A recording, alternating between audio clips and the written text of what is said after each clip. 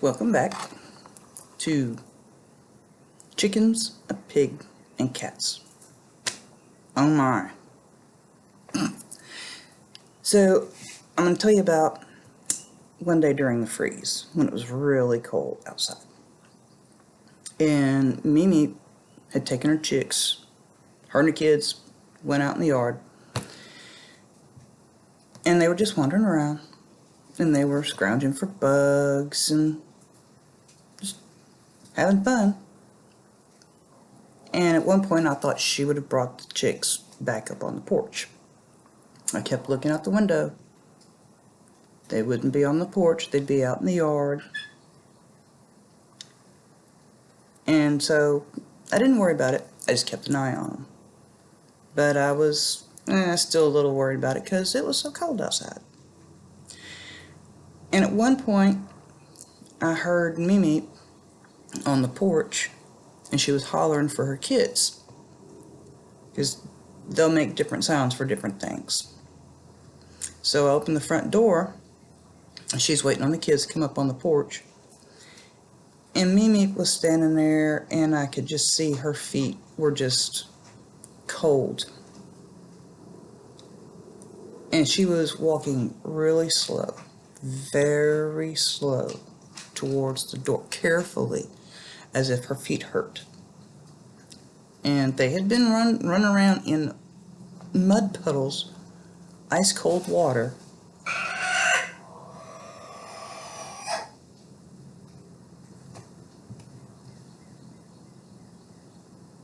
Oh, y'all can see her on the armoire. Should have laid her egg by now. Anyway, so I opened the door so that her and the kids could come inside. She needed to come in and warm them feet up. She would take a careful step and then a careful step, and she'd be very gentle. So she had to come inside and warm up. And then I don't think she went back outside that day. I think they stayed in for the rest of the day, spent the night inside. And also on that same cold, freezing day, Spencer and I had gone outside. He had wrapped some stuff around Livy's house to keep the cold winds. Oh, this was just when it was starting to get, this was like the first day or two of the cold, I think. But we were trying to keep the wind from blowing to her house from the north, so he put up a wrap around her house.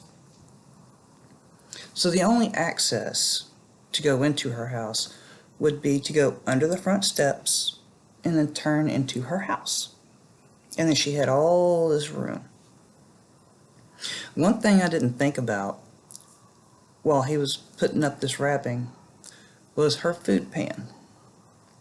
I had already put it in her house, and she had shoved it way over against the side of our house, against the wall.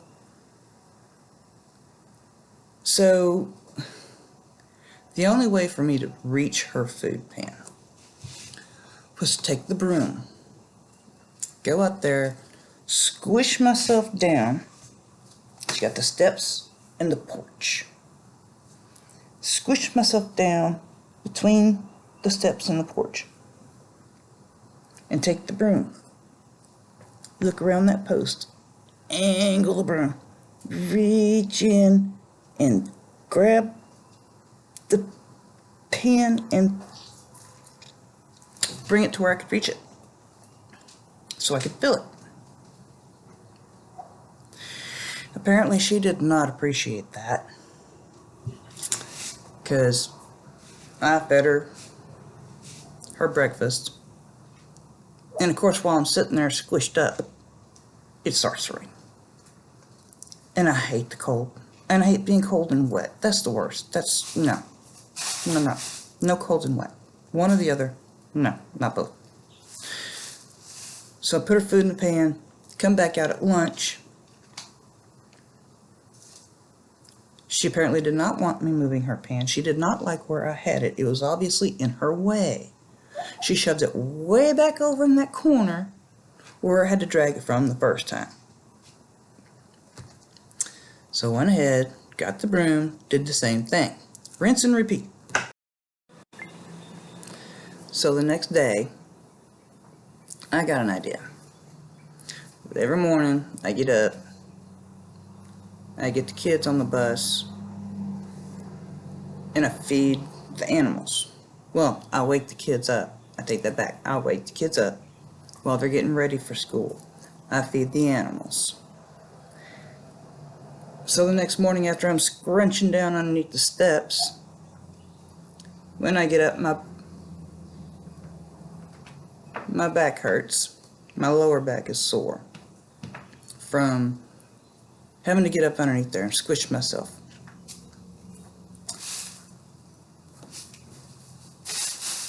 Hold on a second.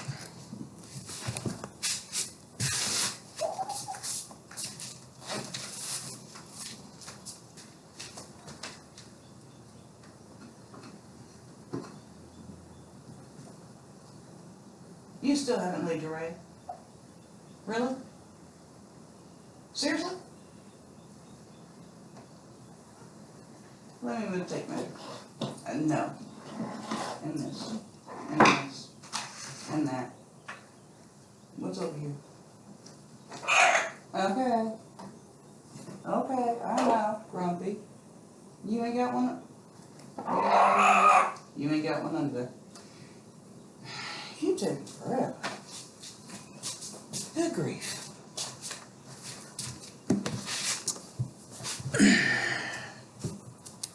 Anyhow, where was I?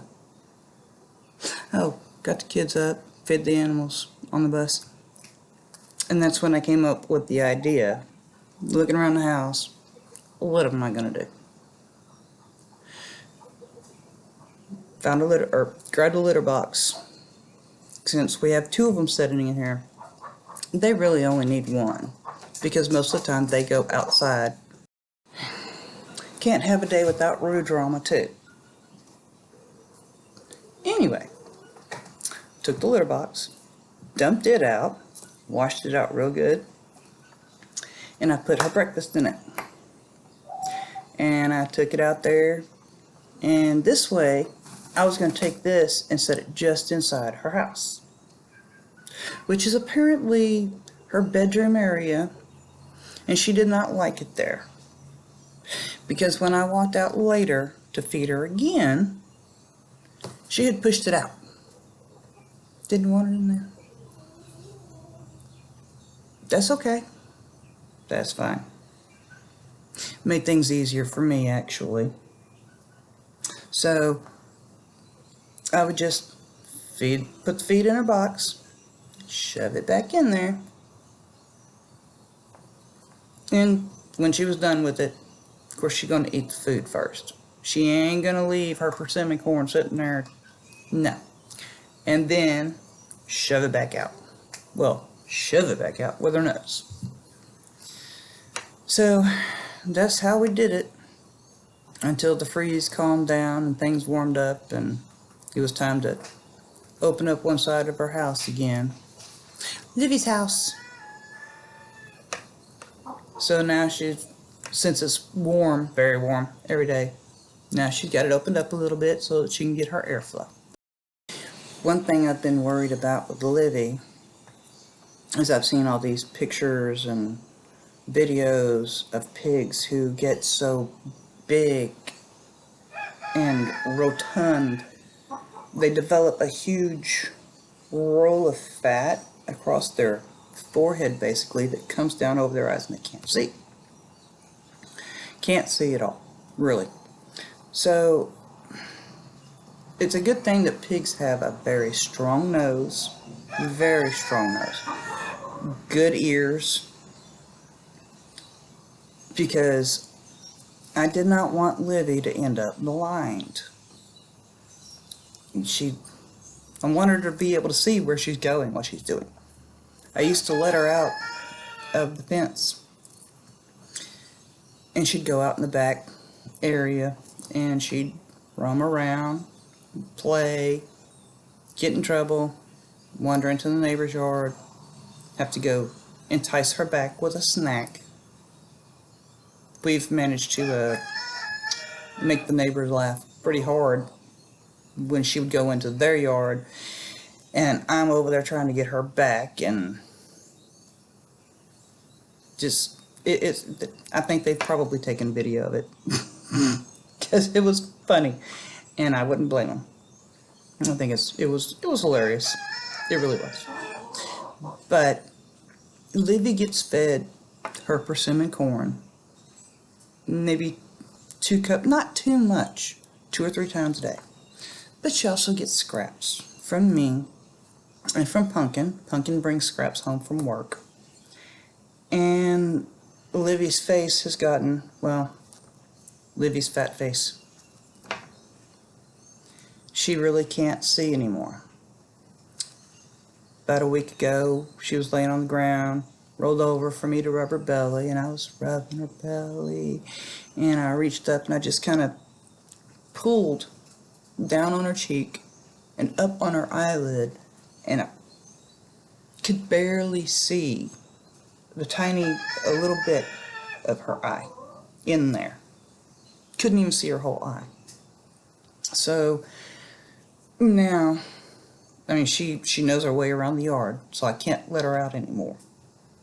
She would get probably lost somewhere, stuck, and if she gets scared, she just stands in one spot, turns away from whatever it is that's scaring her, stands very still, and pretends to be invisible.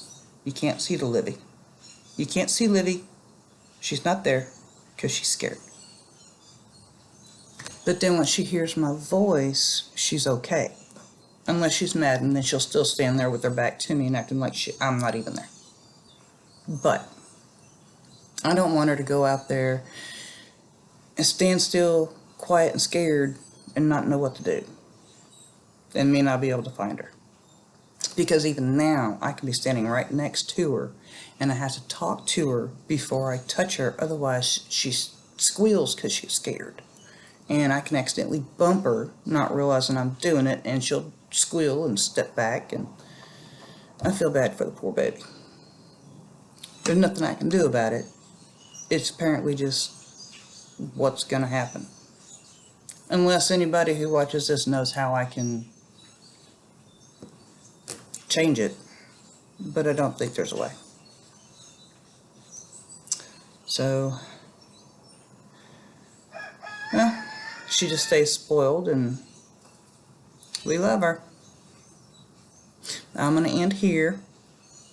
I love y'all. And again, hit the like button, hit the subscribe button, say hi, tell me what you want to hear about more, or something different. Tell me something. Until then, love y'all. Bye. I had just ended the last video, and she finally did it.